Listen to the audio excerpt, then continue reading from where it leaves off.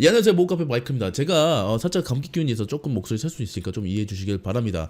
일단 5편에 오신 거 너무 환영하고요. 제가 4편을 올린 이후에 솔직히 1, 2, 3편 이후에는 솔직히 많은 분들이 연락 주셨지만 그렇게 많지는 않았어요. 하지만 4편 이후로 제보도 주신 분들 계시고 얘기해 주신 분들 계시고 관계자분들도 많이 연락 주시고 또한 저랑 비슷한 상황을 겪으신 분들도 연락을 많이 주셨어요. 뭐 이렇게 많은 분들은 아니지만 그런 상황에 계신 분들 연락 주셔서 정보도 제공받고 네, 응원도 하고 그런 부분은 일단 연락 주셔서 너무 감사드리고요.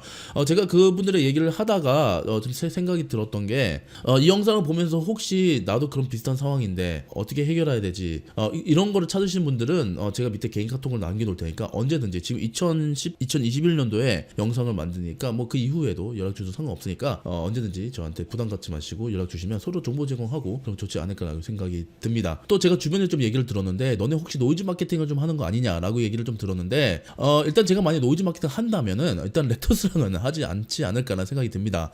그리고 제가 노이즈 마케팅을 한다고 하더라도 이쪽 어깨 너무 좁아서 연예계도 아니고 뭐 기업도 아니고 이런 걸로는 제가 안 먹힌다고 저는 생각을 해요. 그렇기 때문에 안 되고 근데 의도치 않게 저희 카페가 일주일 동안 가입자가 보통 한 50명 정도밖에 안 되는데 요번에는 한 300명 정도 됐습니다. 일단 그거에 대해서 렉터스와 이정환님께 감사하다는 말씀을 드리고 싶습니다. 감사합니다. 네, 일단 제가 5편을 올리려고 했는데 렉터스 관계자분들께서 1편, 2편, 3편, 4편에 댓글을 달아주셨어요. 이렇게 도배를 해주셨는데 도배해 주신 거 너무 감사드리고요.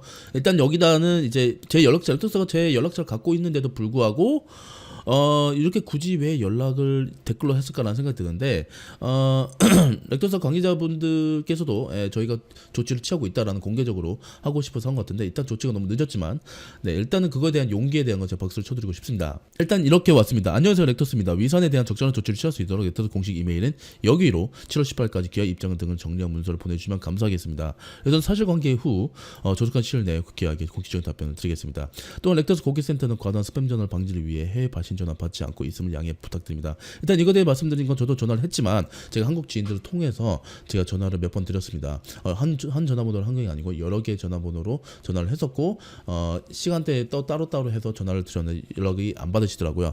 제가 지금 이 시간으로 아침에도 지금 시간으로 전화를 드렸는데도 전화를 안 받으시더라고요. 제가 봤을 땐 과다한 스팸 전화 방지를 위해서 해외 전화뿐만이 아니라 국내 전화도 안 받으시는 게 아닌지라는 생각이 들고요. 만약에 전화기에 문제가 있을 수 있으니까 확인해 주시길 바랍니다. 일단 렉터스 쪽에서는 기아 입장 정리 문서를 보내주면 감사하겠다 했는데 저는 이거 문서를 안 보낼 겁니다. 제가 그 안 보낸 이유를 지금부터 설명드리도록 하겠습니다. 제가 안 보내는 첫 번째 이유. 자, 첫 번째 이유는 렉터스가 적절한 조치를 취할 수 있도록 라고 말씀하셨는데 적절한 조치는 양쪽 얘기를 들어보는 게 맞습니다. 자, 양쪽 얘기를 듣는다는 거는 이정환 님도 통화를 해봐야 되고 저랑 통화를 해봐야 됩니다.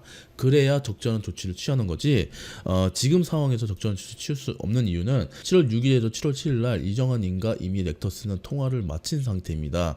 이걸 어떻게 알았냐고요? 네, 이거 증거자료 없이 제가 이걸 말씀드리는 거 아니고요. 내부에 무슨 문제가 있는 것 같으니까 그건 내부에서 알아서 해결하시길 바랍니다. 근데 이정환님과 통화를 하신 이후에 저한테는 연락이 없었습니다. 제가 봤을 땐 적절한 조치가 이미 얘기를 입맞춤을 하고 나서 저한테 연락을 한 것 같기 때문에 그래서 제가 안 보내드린 이유 중에 하나입니다. 제가 안 보내는 두 번째 이유. 네, 그 다음 이유는 이 문제가 이 업계에 너무 많이 일어납니다. 일단은 앞서 제가 말씀드렸지만 많은 분들이 연락 주셨어요. 많은 분들이 연락 주셨는데 이런 저작권 문제로 눈물을 흘린 CG 아티스트들이나 다른 아티스트들이 생각보다 많더라고요. 그리하여 저는 이 아티스트 분들을 위해서 이걸 아예 뿌리를 뽑아버리거나 원활하게 해결하는 것을 모든 아티스트 분들에게 좀 공개를 하고 싶습니다. 그렇기 때문에 이거는 제가 전달해 드리지는 않겠습니다.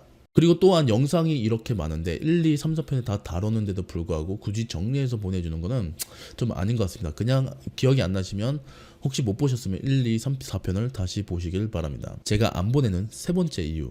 자, 그 다음 이유는 적절한 조치를 취할 수 있도록 말씀하셨지만 렉터스 관계자분들은 외부에 이미 저건 마이클의 일방적인 주장이다 라고 말을 하고 다녔더라고요. 일단 적절한 조치를 취한다고 해놓고 나서 외부에 그렇게 말하고 다니면 안 되는데 저한테는 공개적으로 사람들한테 공개적으로 적절한 조치를 취할 수 있도록 얘기하는 거는 앞뒤가 맞지가 않습니다. 제가 물론 증거자료 없이 이렇게 얘기하는 게 아니고요.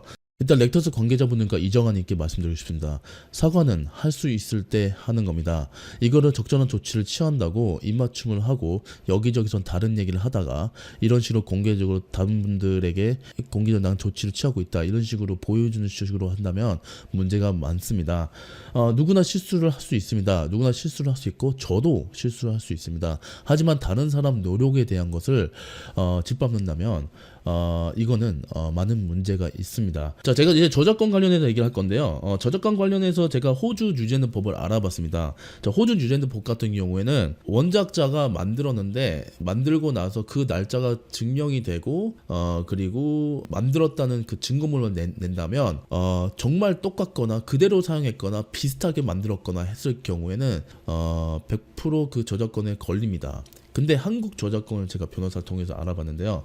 한국 저작권은요 1:1 카피 제 이미지를 그대로 쓰지 않는 이상 비슷하게 만들었다고 해서 그게 저작권법에 걸리지는 않습니다. 정말 디자인이 정말 특이하지 않으면 예를 들면 뭐 시드니 오페라 하우스 수준 뭐 이 정도로 특이하지 않으면 저작권법에 걸리지 않는다고 합니다. 예를 들면 제가 만약 한국 뭐 레미안 아파트를 다른 모호 아파트로만 똑같은 디자인을 만들었을 경우에 디자인 특허가 있지 않는 이상 그걸 똑같이 카피했다고 해서 저작권법에 걸리지 않는다고 합니다. 도면도 마찬가지로 합니다. 저작권법에 걸리자고 않는다고 합니다. 이 뜻은 렉터스 강좌를 모든 강좌들을 그대로 복사를 해도 문제가 안 된다는 거죠.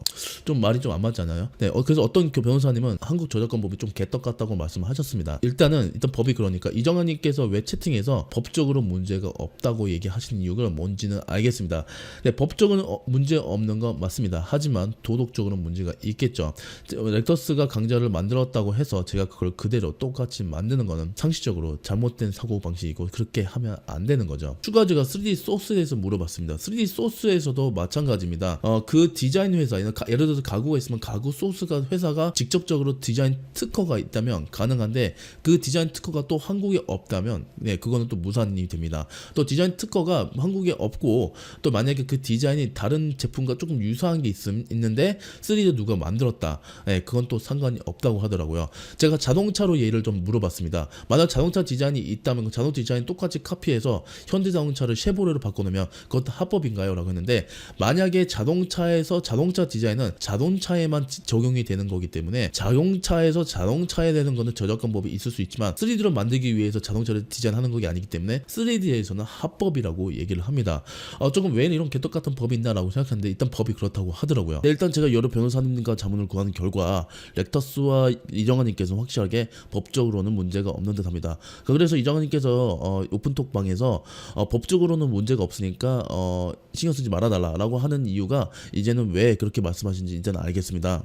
하지만 제가 앞서 말씀드렸다시피 제가 그 법적으로는 문제가 없다고 다른 사이트에 가가지고 그 사람한테 배운 것을 그대로 만들어서 다시 재업로드해서 판매를 하는 거는 잘못된 행위라고 저는 생각을 합니다. 솔직히 이 영상이 뭐라고 많은 분들이 봐주셨는데 물론 저랑 찬성하신 분도 계시고 반대하신 분도 계셨고요. 카톡으로 오신 분도 계셨고 뭐 댓글 남겨주신 분도 계셨는데 저랑 반대하셨다고 해가지고 제가 쟤 뭐야 라고 생각한 게 아니라 저런 생각도 할 수 있겠구나 라는 생각을 제가 들을 때가 되게 많았습니다. 일단 반대 의견도 너무 감사했고요. 일단 법적으로 해결을 하고 싶었지만 법적으로 해결할 수 있는 방법은 하나도 없습니다. 물론 비즈니스적으로 해결할 수 있는 방법은 있습니다. 물론 법적으로 안 걸리게끔만 하는 그런 양아치 짓은 안 할 것입니다. 판단은 여러분의 몫이고요. 제가 6편에서 다시 뵙도록 하겠습니다. 감사합니다.